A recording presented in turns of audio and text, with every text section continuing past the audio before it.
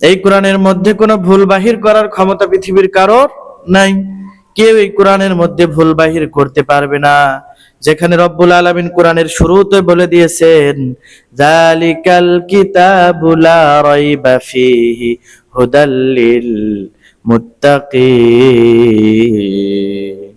যেখানে রব্বুল আলামিন বলছেন এই কিতাবের মধ্যে কোনো ভুল নাই, কোনো সন্দেহ নাই, এমন একটা কিতাব রব্বুল আলামিন আমাদের উপহার দিলেন, আমাদের জন্য হেদায়েতের কিতাব হিসেবে নাজিল করলেন।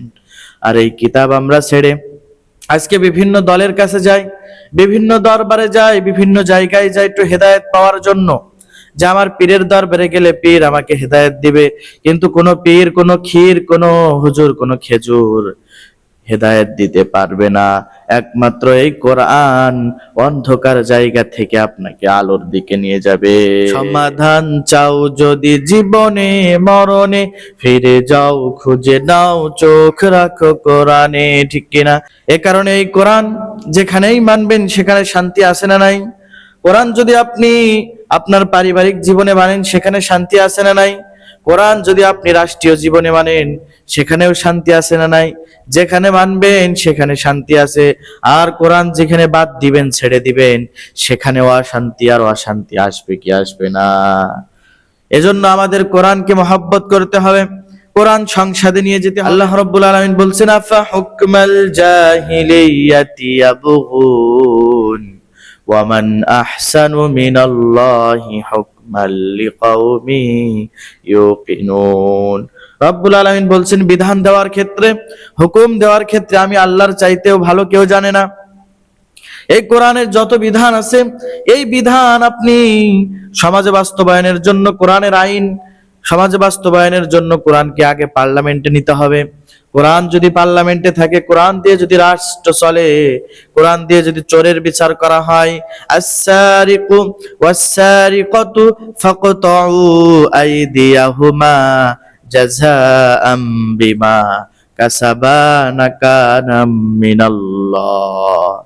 চোর বা চুন্নি যদি কেউ চুরি করে, তাহলে বিধান হলো, কোরআনের আইন হলো তাকে হাত কেটে দাও। আর আমরা পিটায় ভাঁজ করে ফেলি।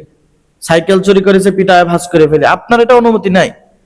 পার্লামেন্টের যে আইন বিচারক আছে তারা হুকুম দিয়ে রায় দিবে, এটা হলো গভর্নর করবে। এখন আপনি পিটায় ভাঁজ করে মারতে মারতে মেরে ফেলে দিলেন।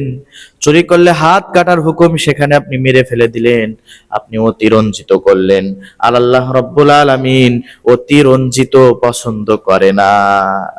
আপনার হাত কাটার হুকুম আছে কোরআনে, সর্বোচ্চ শাস্তি, সেখানে আপনি মারতে মারতে মেরে ফেলে দিবেন কেন একটা চোরকে? আর আমাদের সমাজে বড় চোরদের কোনো বিচার নাই। কালভার্ট খেয়ে ফেলে, বড় বড় মসজিদের টাকা খেয়ে ফেলে, রাস্তাঘাট সব খেয়ে ফেলে, বড় বড় বাথরুমের বড় বড় সিলাফ খেয়ে ফেলে, কিন্তু এদের বিচার হয় না। লক্ষ লক্ষ কোটি টাকা পাচার করে অন্য দেশে বাড়ি করে, বিচার হয় না। কিন্তু পাউরুটি চুরি করেছে, 5 টাকা খেয়েছে, 5 টাকা চুরি করেছে, 10 টাকা চুরি করেছে, সাইকেল চুরি করেছে, কারোর একটা জিনিস চুরি করেছে, মারতে মারতে মেরে ফেলাই দেয়। ঠিক না? কতটা অন্যায় করছেন আপনি। এদের বিচার করতে পারেন না, কিন্তু আপনি মেরে ফেলছেন চোরকে। হুকুম আপনার দিয়েছে কে? আপনি তো আদালতে, আল্লাহর আদালতে ধরা খাবেন। এজন্য খবরদার আমার প্রিয় ভাইরা, কোরআনের আইন হলো আস-সারিকু ওয়াস-সারিকাতু ফাকতাউ আইদিয়াহুমা জাযাআম বিমা কাসাবা নাকালাম মিনাল্লাহ।